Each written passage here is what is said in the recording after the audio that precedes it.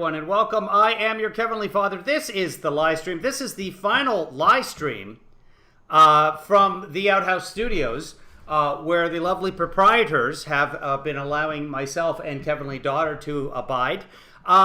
We will be moving on. More on that later. But I'm literally packing up the studio. Here's the green screen. We're packing it up. We're sending it away. I have secured a location to broadcast moving forward. It's busy. But we'll get to that. Hi Liberty, hi Marcy, hi Sheep, hi Stephanie, hi Colleen. Who else? Somebody else was in here right at the beginning as well. So good to see you. This won't be a very long broadcast. I'm literally packing things up, wondering what this remote is for, etc. Putting into boxes, taking it out of here. This is the last room in the house that has stuff in it, save but for the kitchen full of boxes full of Kevinly daughter's food, because she has special food. She can't eat people food. Well, okay, she refuses to eat people food. So hopefully you're staying cool wherever you are, in both senses of the words. Hi, Joanna. Okay, Joanna's just saying hi for everybody for me. Hi, Liberty. Did I say that? Hi, Tracy. Final broadcast here. So what the House Republicans did is they said, we got to start distracting people from what's going on. Hi, Christopher. They didn't say that. I just said that. Because things are bad for the Republicans right now. So what can we do? We can start blaming China for all our problems. Now suddenly COVID's a big deal. 600,000 dead, 4 million dead around the planet. Who is responsible? We have to investigate China. We don't know. We don't know. And last year in February, the then non-president, former vice president, Joe Biden, was saying, I would put pressure on China right away. That we have to get in there right away. This is February of last year. Meanwhile, Trump is saying he wanted to praise Xi for his transparency. Multiple times, multiple texts. China's doing a great job. They're working so hard. So very, very hard. Hi, Mari. Mari says, trying to watch YouTube on my TV and chat on my phone. What could go wrong? Nothing. You know what I'm going to do? I'm going to start this playing. This is the House Republicans. They're investigating the origins or the oranges of coronavirus. We don't know. But right now, President Biden has an investigative committee looking into this. And they have 90 days. I don't know how many days they have left now. But the Democrats don't want to cooperate in this panel. It's not an official congressional panel. There's this is just a bunch of Republicans sitting down and talking. There's nothing official about this hearing whatsoever. But it's 3 hours long. We're not going to watch all of it. Again, I'm super busy. I'm trying to pack up and get out of here. I thought I'd just broadcast for a few more minutes before we move over to the new place. Texts are coming in frequently. There we go. I'm going to go grab something to drink because my voice is already failing me. I'm going to start this up. This isn't official at all. There's nothing official about this. There's no power of subpoena. They basically got a room in the Capitol, and they're having some talk. There's no Democrats involved at all here because the Democrats are saying, well, hold on. We have a presidential investigation going on right now with this. Another one that Trump started, wrapped up, and that was that. They didn't find anything conclusively one way or the other. And so then the narrative became that Biden had canceled and put an end to that investigation. It wasn't. It was just done, and they submitted their report, and there was nothing there. It's like the whole UFO thing. 144 sightings since 2019. We don't know what they are. They're unidentified. All right. Same thing with this. We don't know. We do not know. But again, more important to blame China to distract from what's actually happening in the Republican Party and the fact that they refused to vote for a committee to investigate 1/9, 1/6, and 1/9, and 1/20. So here, I'm going to play this. I'm going to be right back. A lie. A year and a half later, there is not a single case of the virus having jumped from an animal to a human, yet the CCP claimed to know of 27 separate individual cases. The Chinese Communist Party was also covering up knowledge of human-to-human transmission. On January 7th, the CDC situational report included, quote, media has begun to report high demand of N95 respirators in China. Well, you don't need N95 respirators to protect against individual animal-to-human transmission. China knew the virus was spreading Hi, from Deidre. humans Hi, Jennifer. to other humans. Hi, Ruth Ann. On January 4th of 2020, Dr. Redfield offered to send the CDC Epidemic Intelligence Service to Wuhan. Had China been open and transparent with the world, the pandemic could have been stopped right then and there. Okay, right. Instead, That was later, January. China put people That was January of last year, at the same time that Trump was sending out tweets praising them for their transparency. We've all seen it. I'm not even going to pop it up. From Wuhan on international flights, hey, Cindy, spreading the disease globally. Throughout all January, right, well, let's jump forward to a witness now. Oh my God, he's going for a while. For it. These are all just politicians. From this Devin Nunes, politician. In the result. Politician. We have facility. Politician. And I've seen the power. See, these are just all for sound bites. Wuhan hosted the 20 months in Region facing the world today. Committee of our new findings. So with that, Whip Scalise and Ranking Member Comer, thank you so much for having me. Thank you. I appreciate that testimony as well as the work that the committee, that the China Task Force is doing to get these facts out here. Someone else who has been working on this for over a year now, our colleague, Congressman Gallagher. Thank you, Whip Scalise, Ranking Member Comer, for the. Okay, this is just Gallagher. This is another congressperson. Let's see if we can find an actual scientist. Security Intelligence Enterprise. Oh, here we go. Before it's published. There we go. On the FOIA request. Here's. This is Mr. Jordan. Okay, so how about? And let the record reflect that Dr. Fauci was invited Friday afternoon. He declined. With that, we'll go. Okay, so Fauci was allowed to be there. They did invite him, but he said, no, I'm not. There's nothing official about this. It's just, you guys are just talking about coronavirus, and you're going to be talking about stuff that no one knows the answer to. Well, why? Why would I go? To Dr. Miller Meeks for opening. Thank you so much, Mr. Scalise, Representative Scalise. Thank you to also Representative Comer and all of our panelists for coming. It's unfortunate that the entire committee could not join us for this important discussion because, as we've already heard, understanding the origins of COVID-19 pandemic has both public health and national security implications. We all know that Wuhan, China, where the COVID-19 virus originated, is home to the Wuhan Institute of Virology. The Wuhan Institute of Virology is China's only cellular level 4 biosafety super laboratory that researches human infectious diseases. This lab is only a few miles away from the wet market that is said to be the origin. I wonder if they know that there's actually 2 labs in Wuhan. No one seems to know that. There's a level 2 and a level 4. Origin of COVID-19. As many of my colleagues have already stated, I went to the floor earlier this month to call for a full and thorough investigation into the origins of COVID. Okay, so she's just a congressperson. She's a doctor, but she's a congressperson. Let's jump ahead members here. of the House committee. Here we go. But for today, I look forward to the opportunity to ask questions to get to the bottom of the origin of the virus. And Mr. Chairman, with that. This is 1 hour so far. Not a single witness testifying yet. 1 hour of Republican congressmen and women just grandstanding. That's all that's happened. So we're at 59 minutes and 55 seconds. Let's see if we can get to a full hour without a single witness speaking. I yield. 4, Appreciate 3, that, 2, Dr. Green. 1. And now to bring up our expert panel. 1 hour! We did it. Now we've got some experts. Now that we've just elucidated is the wrong word. Bloviated. But now that we've bloviated for an hour. And again, I thank each of you for coming. You all in your own rights have done extensive research, both in following the science and in getting the facts, which is what we intend to do today.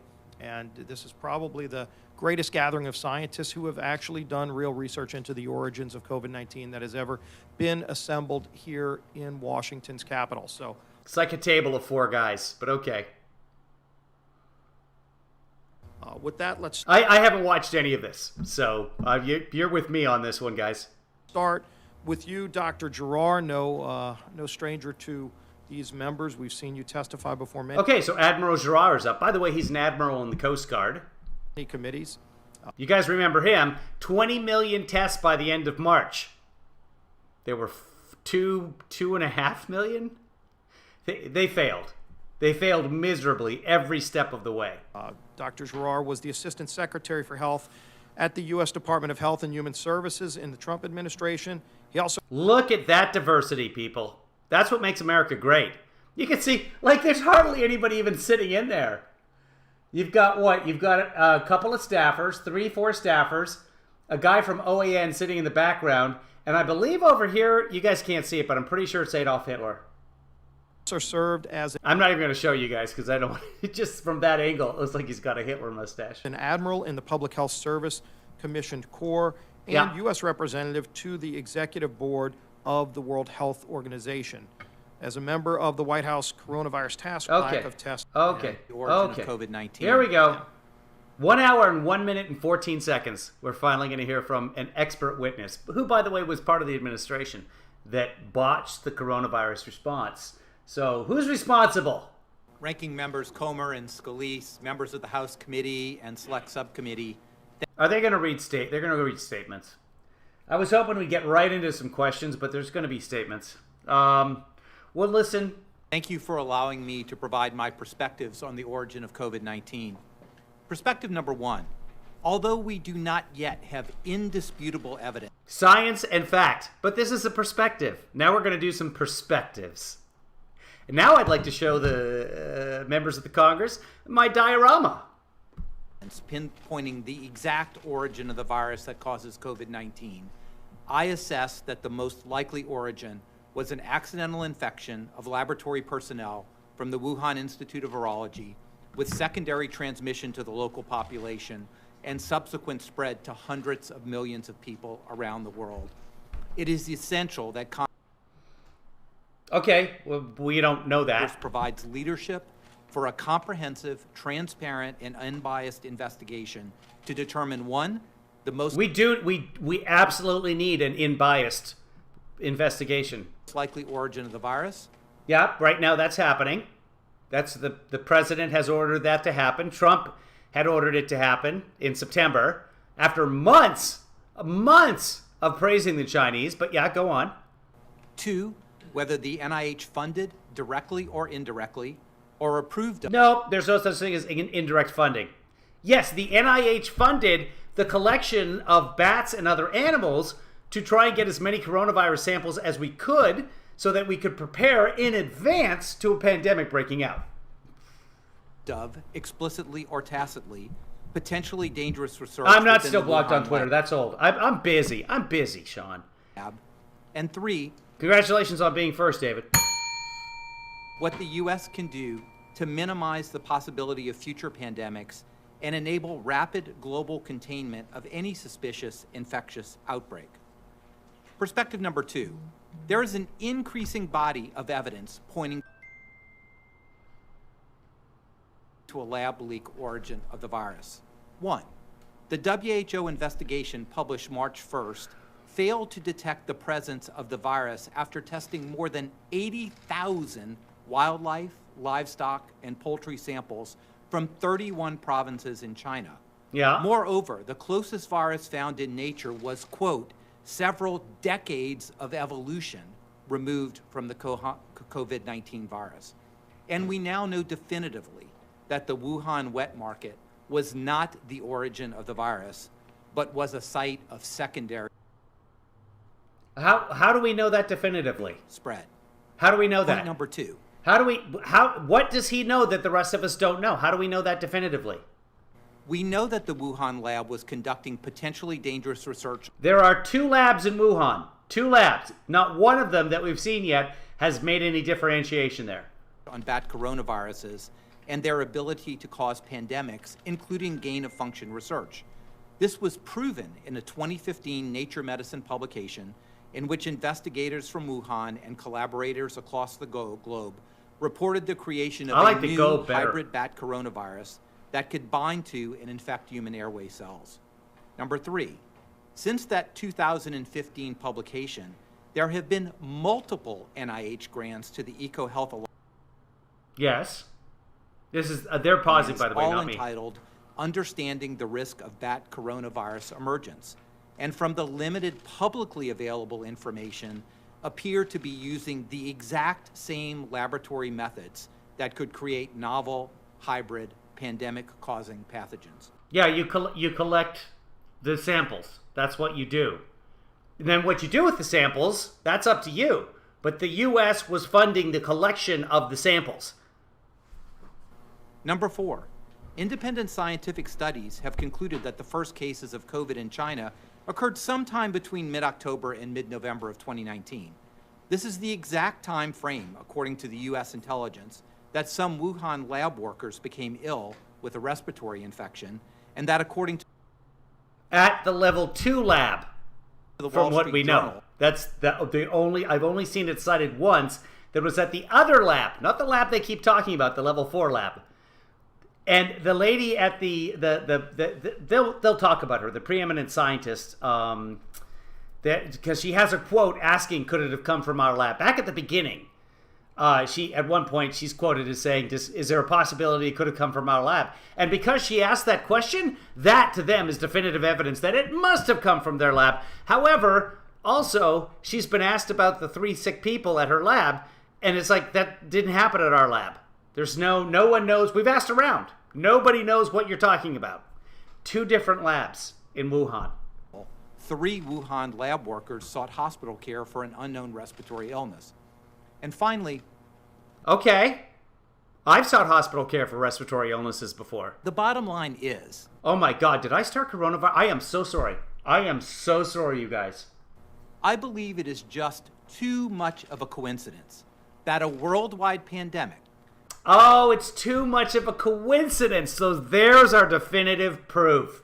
caused by a novel bat coronavirus that cannot be found in nature started just a few miles away from a secretive laboratory doing potentially dangerous research on bat coronaviruses.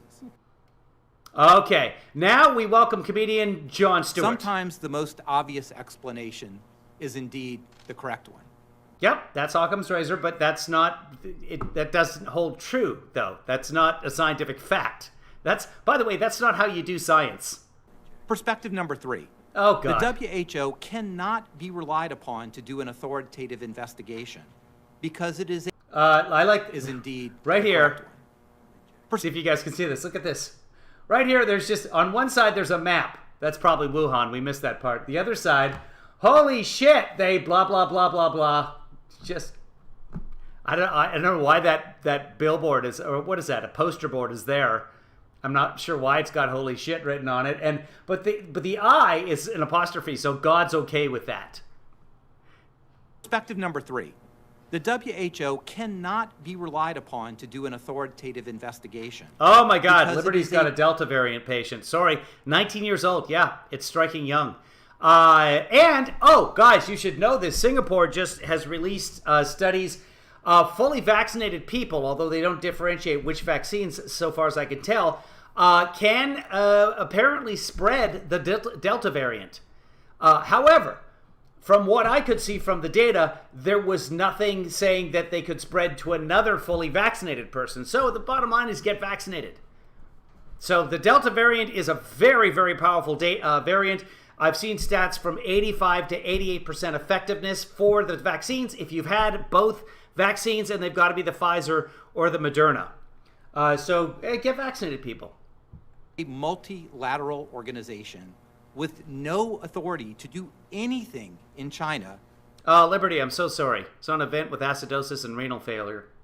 That is not directly approved by the Chinese Communist Party. On behalf of the Trump administration in September 2020, I delivered a comprehensive roadmap of reform to the executive board of the WHO that would strengthen the WHO's global... All right, this isn't about you, Brett. Let's move on. Who else early have we got enough- here? Oh, Stephen Quay. Oh, David. Okay. Number 4, the final one. The Thank God. investigation... Here we go. Let's jump forward. Here we go. Objective. Thank you for inviting me today, and I look forward to your questions. Thank you for that statement, Dr. Giroir, and we will continue to seek that bipartisan cooperation. Now, our next witness, Dr. David Asher. He is a senior fellow at the Hudson Institute.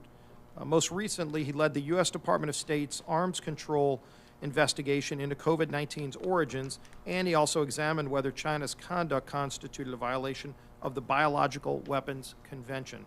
With that, Dr. Asher, thank you for joining us. Thank you, Republican Whip Scalise, Ranking Member Comer, and to all the members of the Select Committee on Examining the Coronavirus for inviting me today. I welcome this opportunity to speak. I don't know how we're going to be able to figure out how to stop or where the coronavirus, where COVID-19 came from, especially since Biden is refusing to get to the bottom of COVID-18.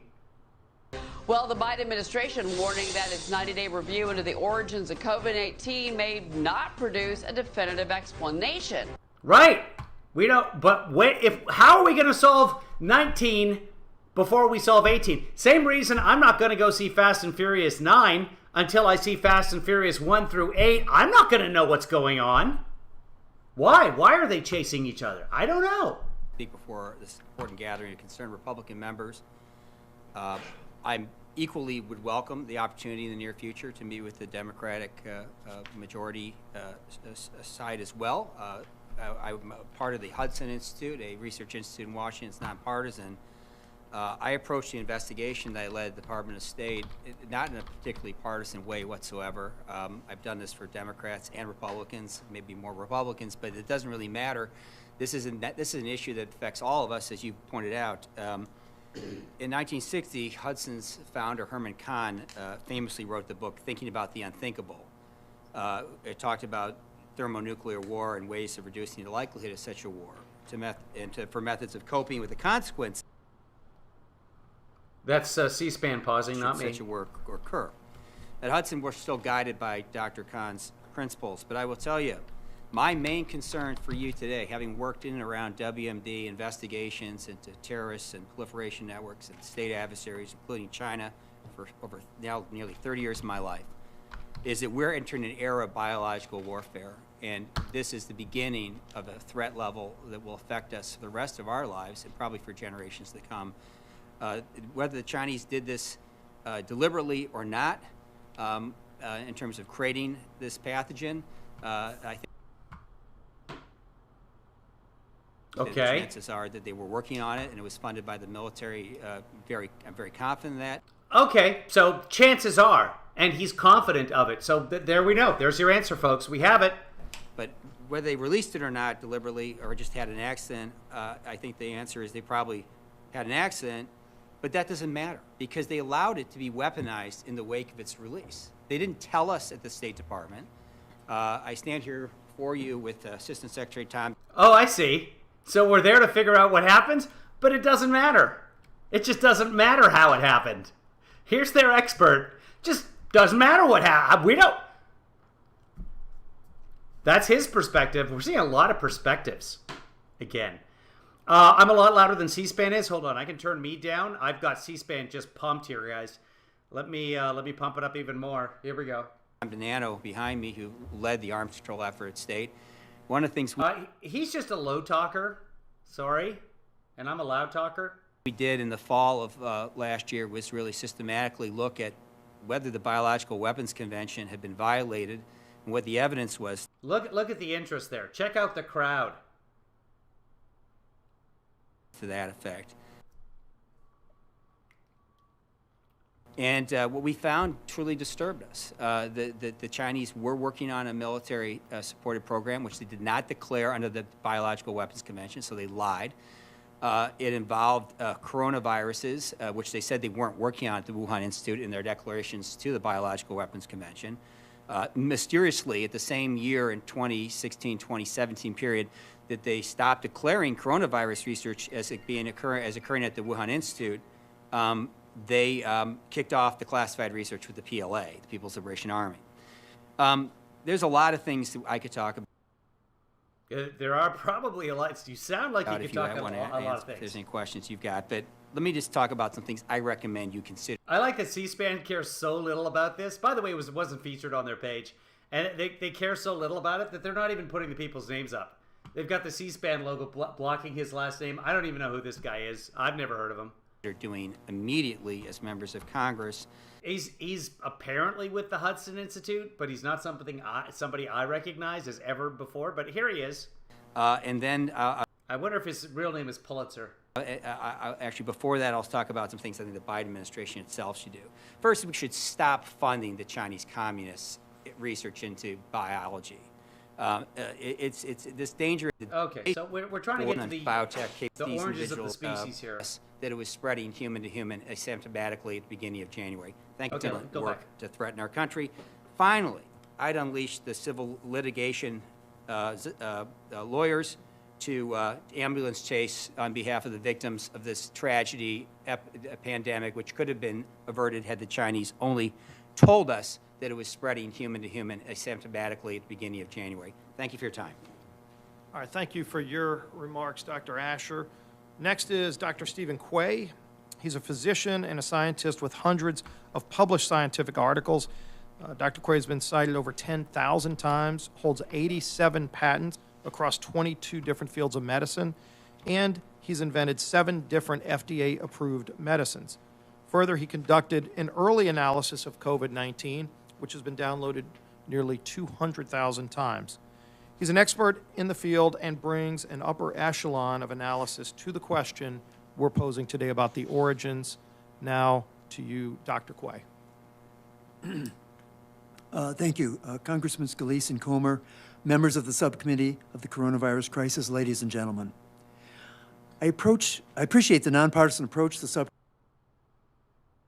Yeah, so Dr. Stephen Quay is one is of those taking guys today. Clearly, science in he's absolutely convinced that it came out of a lab, that there's a less than a 1% chance it came from nature. We don't know, but here we go. the last few years, but especially on the topics related to the COVID pandemic, has been co-opted by geopolitics. Thus, I am here not as a mouthpiece for any particular party, but as an American scientist. I dedicate my testimony today to the more than 600,000 Americans that this pandemic has killed so far, with the hope that by clarifying the origin of COVID, we can help to prevent future pandemics and the loss of innocent lives. Well, the last guy says it doesn't matter, so you might want to turn to your left and have a word with David. Given this backdrop, I will be keeping my remarks today to matters of science. I'll state facts and evidence about We'll see.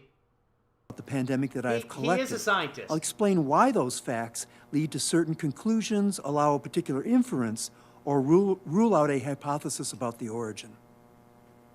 Today's testimony is an effort to answer the question posed on December 30th, 2019 by Dr. Zhengji Shi, the head of coronavirus research at the Wuhan Institute of Virology. Here we go. She had just been told that a novel coronavirus had caused an outbreak of pneumonia. Could it have come from our lab? She's quoted as saying, although nobody has the audio of this, but yeah. At hospitals close to her laboratory in Wuhan.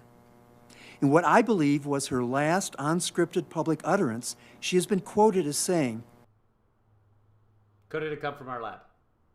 "Could they have come from our lab?" Yes.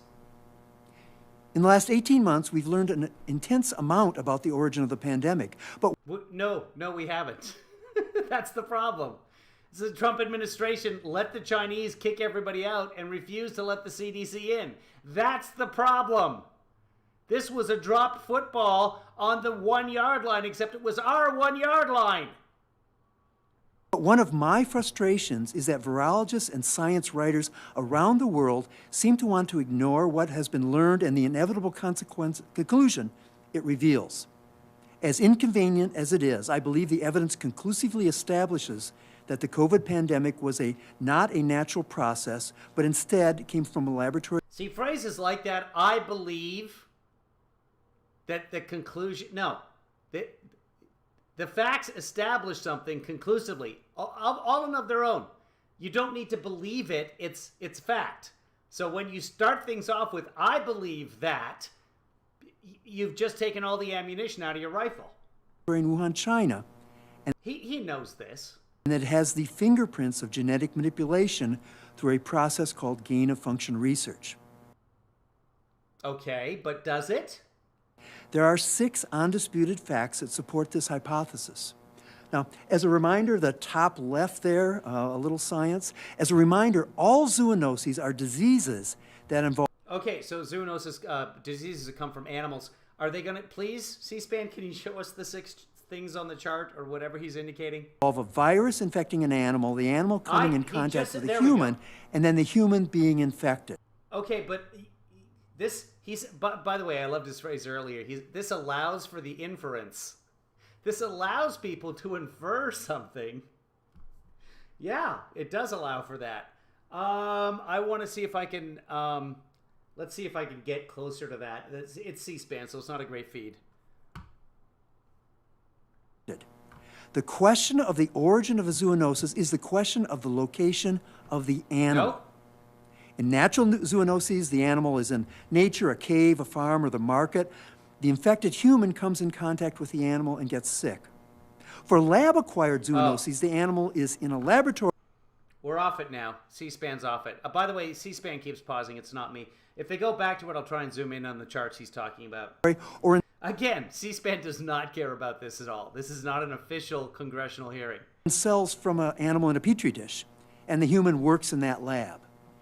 Ah, there we go. In deciding between a natural origin and the lab... Yay for C-SPAN. Hold on. I'll zoom in on this, guys. How about that? There we go. Okay, so you got, what is a zoonosis? Azoonosis is animal to human. We know that. 4 undisputed facts. We can't read any of them. And there are 2 undisputed facts. So 6 undisputed facts. Not sure what they are. Unmodified natural virus collected from the wild. Gain of function modified virus. Okay, I could read the big ones. Here we go. No evidence supports a community-acquired infection. All evidence is consistent with lab-acquired infection. Okay.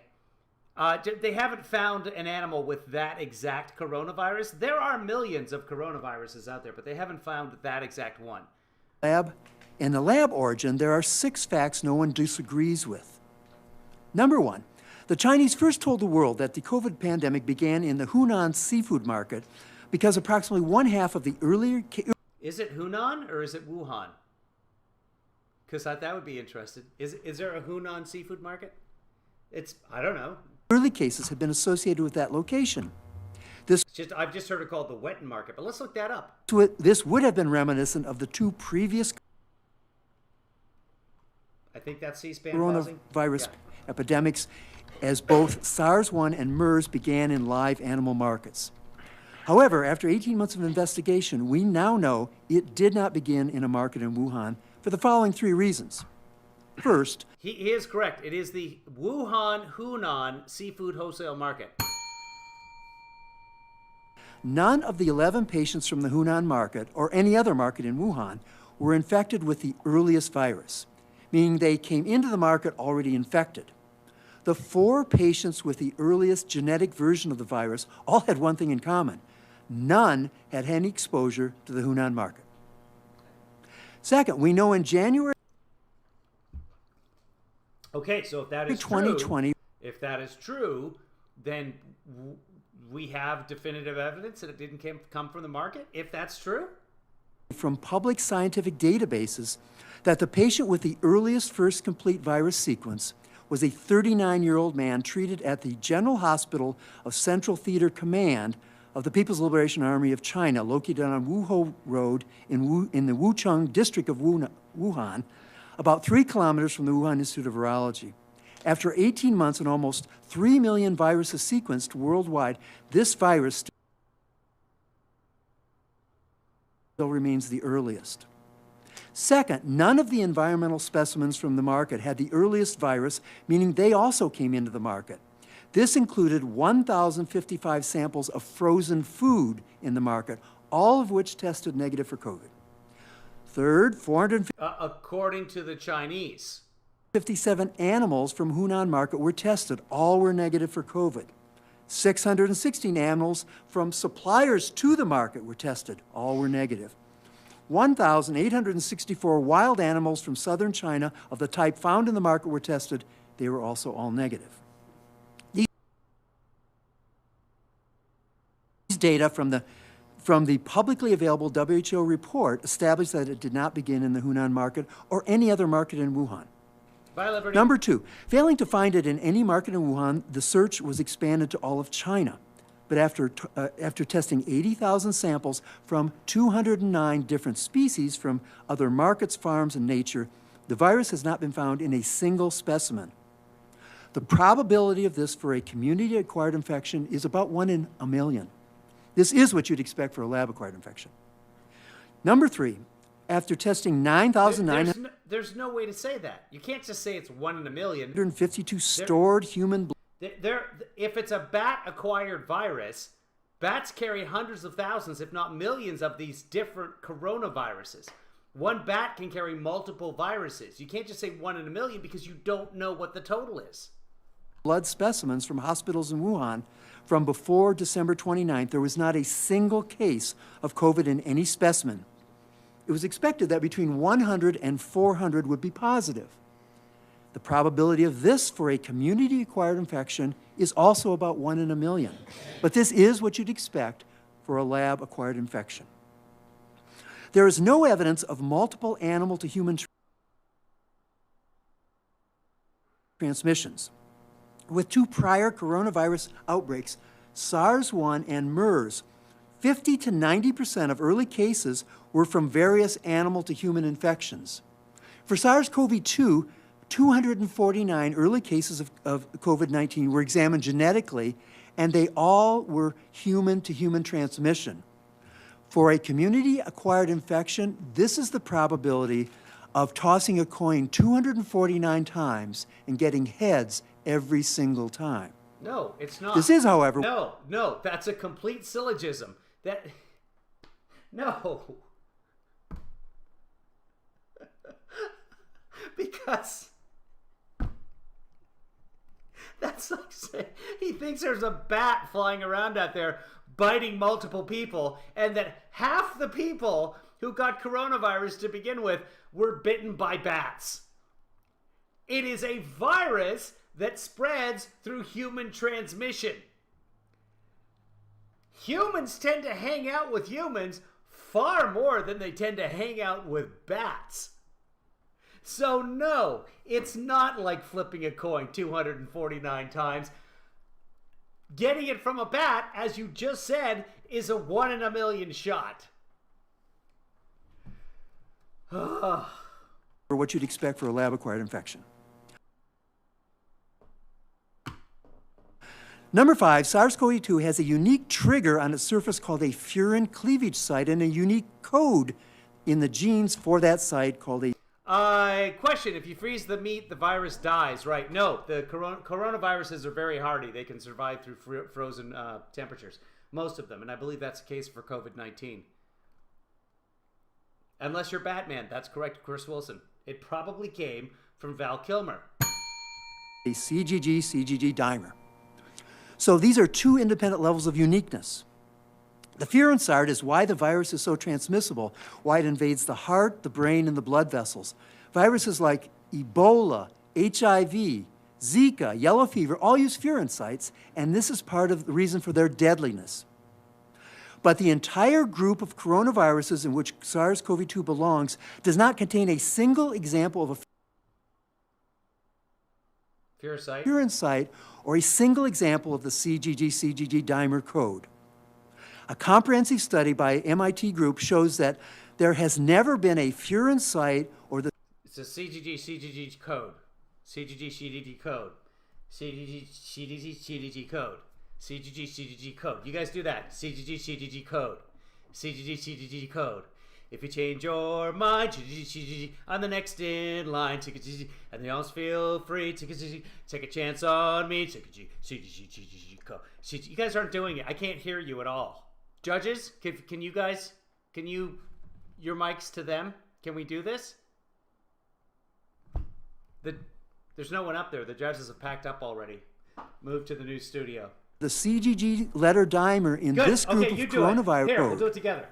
A comprehensive study by MIT group shows that there has never been a furin site or the CGG letter dimer in this group of coronaviruses for at least 1,000 years. since William won the Battle of Hastings in 1066 to become monarch of England. But I gotta check it on the chat room here. All I see is Jennifer saying, "What? No nipples?" I don't know what you guys are talking about. I'm trying to perform some art here. I'm trying to make this world a better place. Don't know what that still don't know what that lyric is. And I know we've talked about this before, many moons before. If you change your mind, I'm the next in line. In the alls feel free. I don't know what that means. I don't know what those actual words are. Honey, I'm still free. Is that what it is? If I'm still free, honey, I'm still free. Take a chance on me. Take a chance, take a chance, take a chance. Since 1992, in gain-of-function experiments, the WIV and other laboratories around the world... That's kind of a desperate song, isn't it? If you change your mind... Hey, I know you didn't choose me, but let me tell you this, honey. If you change your mind, I'm the next in line. You know, there's a line that forms for your love. And honey, if I'm still free, because I might not be, I'm not waiting around forever. I might go join a different line. But hey, I will gladly be your second string choice. If you need me, I'll be sitting over here on the bench. Just in case this guy gets injured, take a chance on me. Ollie Oxenfree is what I thought it was for a while. No, Batman, the only Batman is Michael P. Keaton. Have inserted furin sites into viruses repeatedly. It is the only sure method that always works and always makes them more infectious. And the CGG code found in COVID-19 is commonly used in laboratories around the world, including the WIV. You can literally order it from a supply company on the internet. By the way, some virologists have said, well, but Dr. Quay, furin sites and codon dimers occur in one or more other... He's lost like 9 of the 10 Republicans on the panel at this point. I mean, let's be honest, he's lost us too. The 4 classes of coronaviruses, and with a process called recombination, a COVID-like virus could pick one up. This is wrong for 3 reasons based on well-known fundamental biology, probably college level. Because coronaviruses do exchange genetic material so Go ahead. easily, the very existence and stability of these 5 distinct groups is evidence from nature that there must be barriers for exchange of genetic material. I've spoken previously about the 1,000-year stability of the group of COVID that COVID belongs to. More important than any of this, my whole life on multiple continents, never played any game that involved Ollie Oxenfree. Do not know what that is. Have heard of it. Don't know how it applies to gameplay. From tag to laser tag to Monopoly. I don't know what the Ollie Oxenfree is. Hide and seek? I don't know when to yell. I wouldn't know when to yell it. Uno! If recombination was easy, this group would have merged into the other 4 into a single group. 2 things stop recombination from happening. And this includes research by Dr. Dasick and Shi, by the way. First, recombination happens when one poor bat is infected with 2 different viruses, and during that co-infection, the genetic material gets exchanged. So here, the group of viruses that have furin sites and CGG dimers don't infect the same bat species as the COVID-like viruses that don't have furin sites. So the COVID viruses can only exchange genetic material within their group. Steve understands everything. Listen. The group that hasn't had a furin site or a CGG dimer for 1,000 years. So second, even if you force 2 different viruses into a cell in the laboratory, there are unique genetic sequences that are required for gene combination or recombination to occur. The hotspots where exchange can occur are different for each group. That's why it's out incompatible between the groups. In a clever use of the Oxenfree, out and free. All of you, out and free. Where did that come from? Ollie Oxenfree, because it would have been English. It's been around for so long. Outs and free. Ollie out. All of you outs and free. This concept, Dr. Ralph Baric, a leading coronavirus scientist from North Carolina, once made a vaccine candidate that was resistant to recombination. He didn't want to recombine after he put it out in the world. He did this by using synthetic biology to change the hotspot gene sequences. Number 6. Man, if I could find a girl's hotspot in gene sequences, I tell you what, I wouldn't be the next in line. I'd be right there. Finally, SARS-CoV-2 was pre-adapted for human-to-human transmission from the very first patient. Specifically, the part of the virus that interacts with human cells was 99.5% optimized. When SARS-1 first jumped into humans, it had only 17% of the changes needed to cause an epidemic. As evidence of the relevance of this work, the UK strain, remember last fall, in the fall of 2020, that emerged and was more effective, was a change in one of those 17 few spots that hadn't been optimized at the beginning, N501Y. Hold on. That emerged, 17% of the changes, the part of the virus that interacts with human cells was 99.5%. SARS-CoV-2 was pre-adapted for human-to-human transmission from the very first patient. Okay. Specifically, the part of the virus that interacts with human cells was 99.5% optimized. Okay. When SARS-1 first jumped into humans,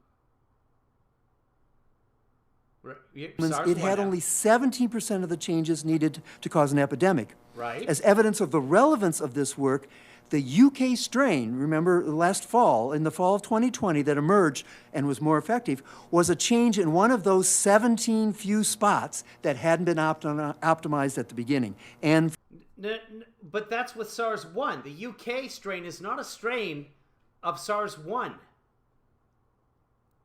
This is SARS-CoV-2. The UK strain was 17% effective, and now you're talking about a change in one of those 17 spots. Am I wrong here, guys? What is he saying? 501Y. Some virologists may claim COVID virus was not pre-adapted and point to evidence it has been mutating a lot since it first emerged, making new variants like the Delta strain currently in the news. But the details tell a different story. COVID does randomly make, on average, about one genetic mistake every 2 weeks. So after a year of circulating the globe, it will naturally have, on average, 26 changes somewhere in its genetic code compared to when it started. But the vast majority of these mistakes are either neutral, having no effect on the deadliness of the virus, or actually detrimental, making the virus weaker. Well, no. Less than 1% of the... As if it's a good enough R-naught number, if it's infecting enough people, there are more and more versions of the virus to mutate. There are more and more incidences, which is the correct use of the word, of the virus to mutate. So you can't keep it on a common 1 every 2 weeks. It's just not how science works. Every single incident of the virus has the opportunity to mutate.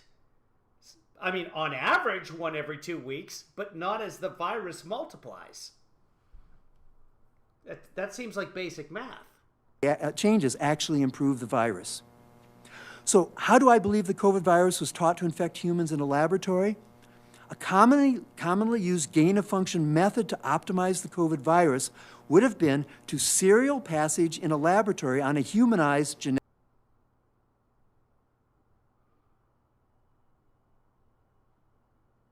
modified mouse that can develop a human-like pneumonia. You take 20 mice, you infect them, you wait a week, and then you recover the virus from the sickest mouse. This is C-SPAN doing all this pausing, guys. Then you take another 20. I just did that pause, and this one right now. But the pauses where I'm not saying anything, that's C-SPAN, sorry. And you do it again, and suddenly you're starting to kill the mice. And finally, after several weeks, through this directed evolution, you'll produce a mouse that can kill every humanized, a virus that can kill every humanized mouse. However, it's actually a challenge to create that humanized mice for the serial passage in the first place. Here, the WIV has acknowledged that for several years they've worked with humanized mice developed in Dr. Ralph Barrick's laboratory in North Carolina and funded at U.S. taxpayers' expense.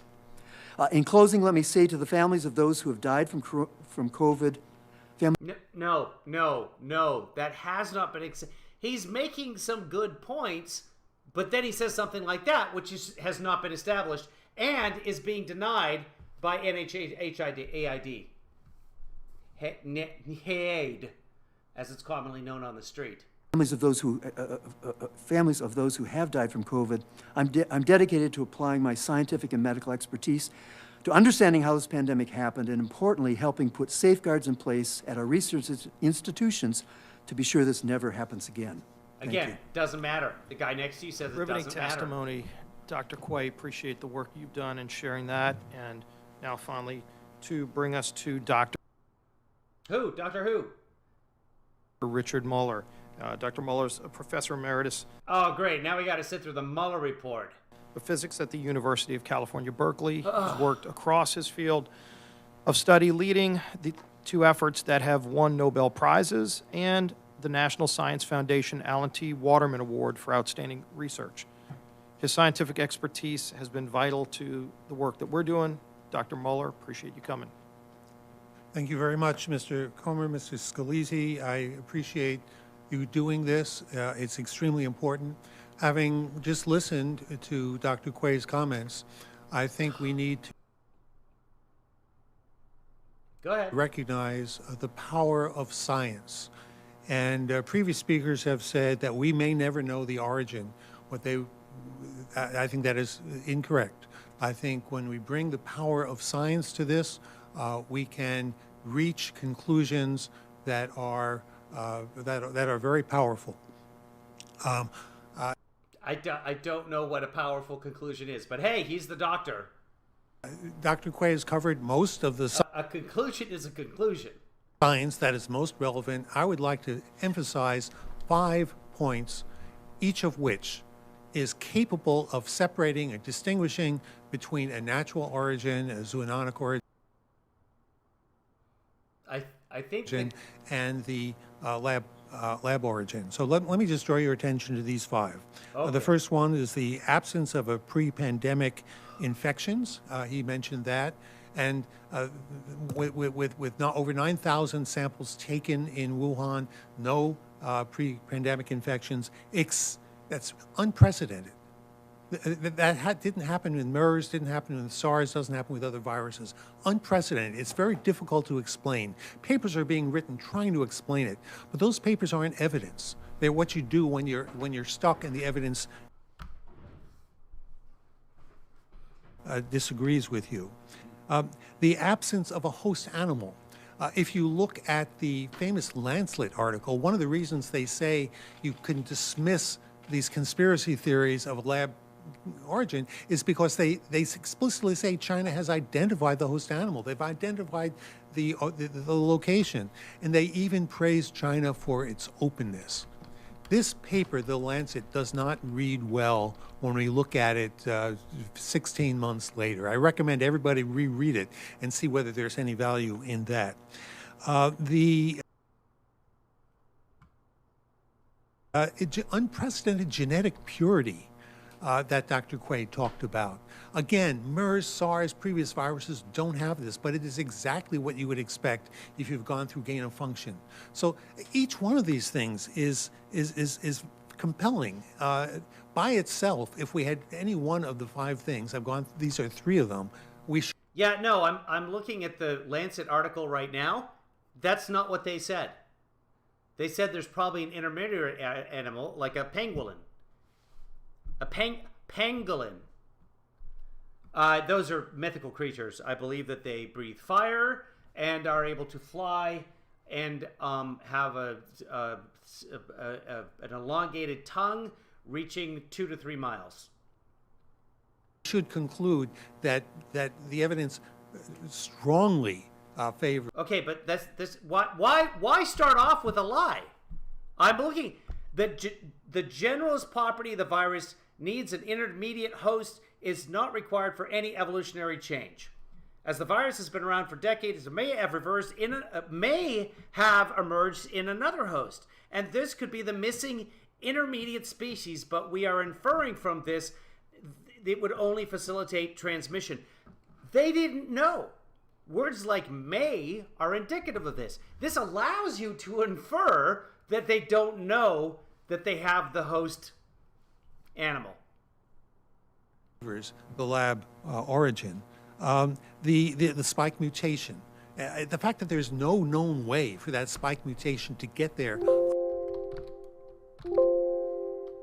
other than by gene insertion in a laboratory is a very powerful argument. And again, there are papers written that try to explain this away, but those papers aren't presenting evidence. The evidence in favor of the natural zoonotic origin, there isn't any. The only evidence that's cited is, well, it looks like another zoonotic case, or those cases are quite common, but there's no scientific evidence supporting those. And finally, the fact that this virus was optimized to attack humans, again, something that has never happened in natural releases. But it does happen if you run it through the gain of function. So there's really all of the scientific evidence argues in favor of the laboratory origin. The papers against it, the famous paper by Christian Andersen in Nature Medicine, his argument against the lab leak case was the fact his claim that the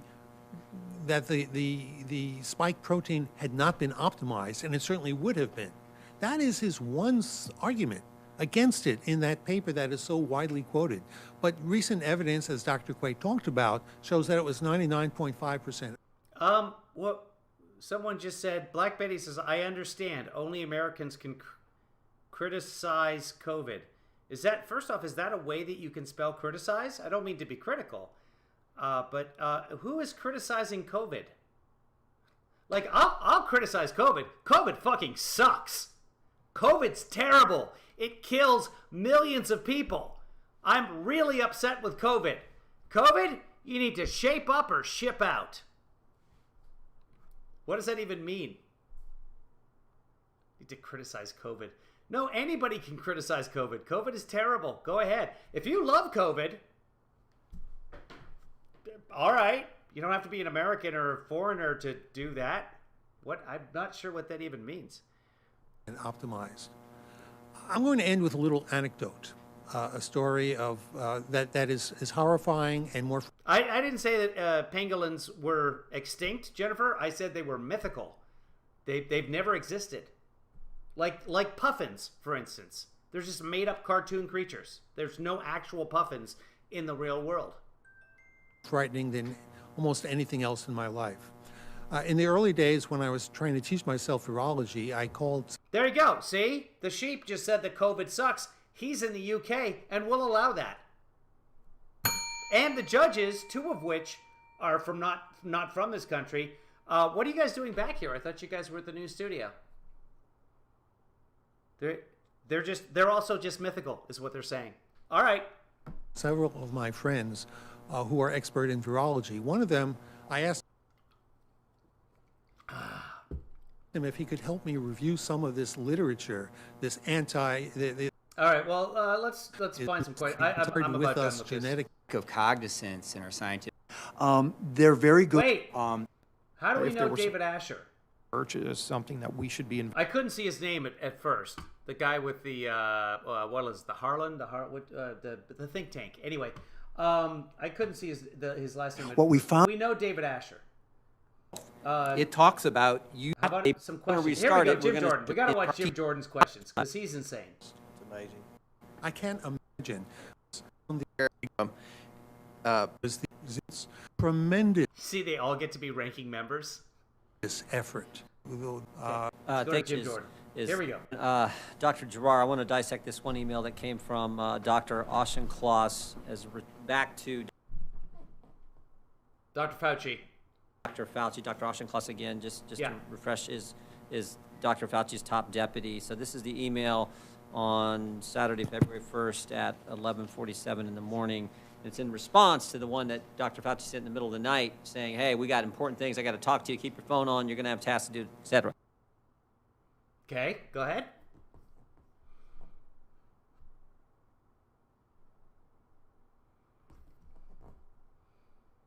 You, Anal Reg, you agree that only Americans? Oh no. See, I'm not seeing what this Peru person is saying, so I don't know. All right, go ahead, Jim.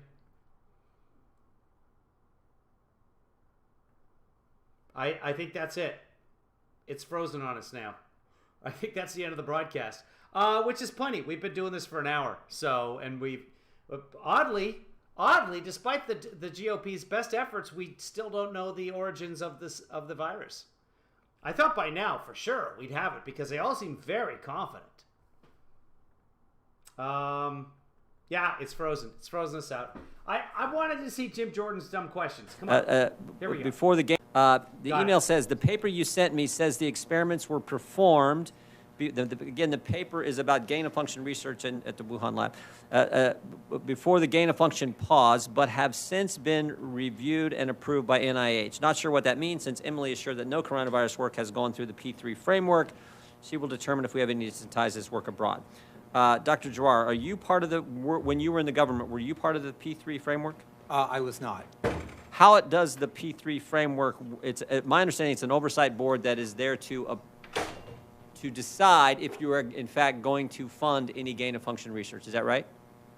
That's what the intent is, but how it works, how research gets taken into that, it's unbelievable to me that coronavirus work would not get even into the process.